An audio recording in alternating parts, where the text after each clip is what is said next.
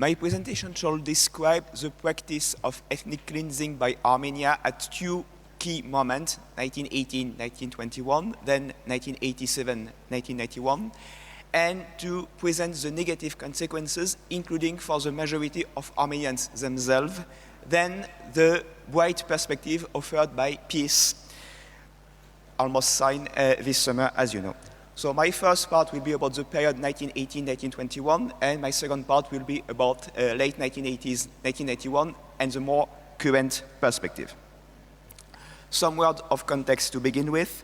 The practice of ethnic cleansing by Armenia in 1918, 1921 initially was in a triangle, in the sense that Azerbaijanis were butchered in Baku as well in March, April 1918, as well as in Urmia, roughly at the same time, and there were massacres of Turks in Erzurum in 1918 as well.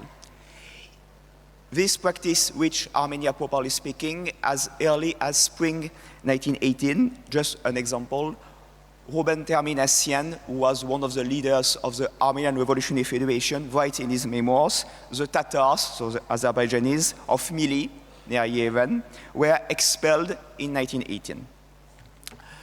The Ottoman offensives of spring 1918 forced Armenia to sign peace and even to include guarantees for the Azerbaijanis in the peace treaty, but Antran Kozanian, a former leader of the Armenian Revolutionary Federation, refused to implement the treaty, and with the complicity of local officials of the ARF, continued to kill and expel Azerbaijanis, especially in Zangezur.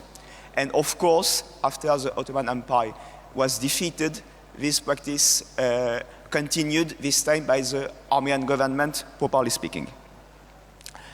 Such methods were and are against the rule of law and also against the interests of Armenia itself.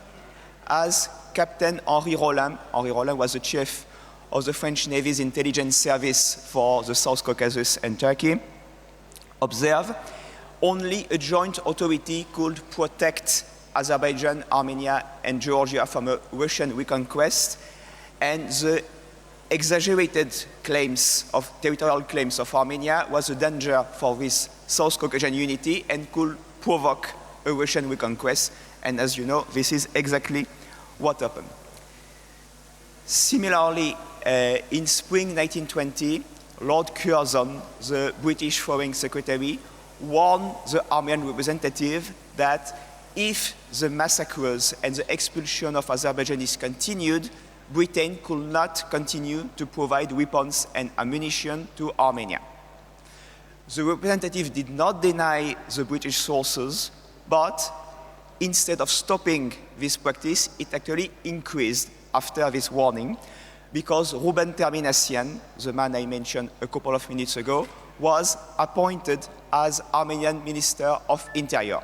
And the priority of Ruben Terminassian was to erase the Muslim Azerbaijani presence in Armenia. Of course, the results were quickly known in the West. I will take the example of Damien Martel. Is a document can be... Yes. So here you can see a report of Damien Martel in... Here you can see a report of Damien Martel in mid-1920, explaining that 4,000 Azerbaijanis have been killed in June 1920 only, and 36,000 expelled with gunshots to Turkey. And he added that it was a peaceful population without any separatist tendencies and without national security risk for the Armenian government. Okay. Similarly, in August 1920, Lieutenant Colonel Corbel, another French officer, reported about the systematic elimination of the Azerbaijanis from Shahur and Nakhchivan, who were in majority, including Shahur. Shahur is in the east of Armenia today. And the mouthpiece of the French Ministry of Foreign Affairs explained that several dozens of thousands of people have been killed in spring and summer 1920 only, without counting the expelled people. So there is a climax, if I dare to say, of ethnic cleansing in spring, summer, and autumn 1920. Meanwhile, Armenia attacked Turkey in September 1920. It was the worst possible moment from their own perspective because Soviet Russia was in difficulty against Polish armies, in difficulty on other fields. So it provoked a Turkish counter-offensive, a collapse of the Armenian Republic, and a collapse of the Dashnak regime. So one more time, it was self-destructive. It provoked eventually the Russian Bolshevik reconquest. And Armenia, like Azerbaijan, like Georgia later, suffered the very brutal Bolshevik occupation, which provoked insurrection in Azerbaijan, in Georgia, and in Armenia itself. And one of the most interesting aspects is there was a unity between some Armenians and Azerbaijanis against the Bolshevik occupation in Zangezur and in Karabakh. But Garagin Nejde, a top Armenian Revolutionary Federation leader, established a so-called mountain republic in Zangezur, and instead of fighting with Azerbaijanis, he killed and expelled them. So one more time, it disintegrated this South Caucasian unity and helped eventually the Russian Bolshevik conquest, even if it was not the intent of Nejde. So my second part will be about the last wave of ethnic cleansing from 1987, 1991, and the current perspective. So hundreds of Azerbaijanis were expelled by autumn 1987. The number increased to 4,000 in January, February 1988.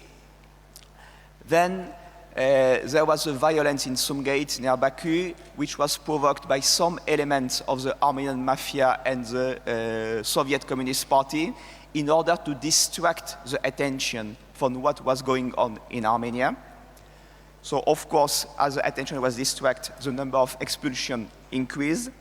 And it is important to observe that an Armenian journalist, Mane Papian, revealed in 2015 that one of the prosecutors of Armenia and his staff recorded about the assassination and expulsion from their district across the year 1988. So 11 people were killed in this small district only, and only in November 1988. Of course, violence was far from being limited to this district. There were expulsion and killings in Yerevan, practically all across Armenia.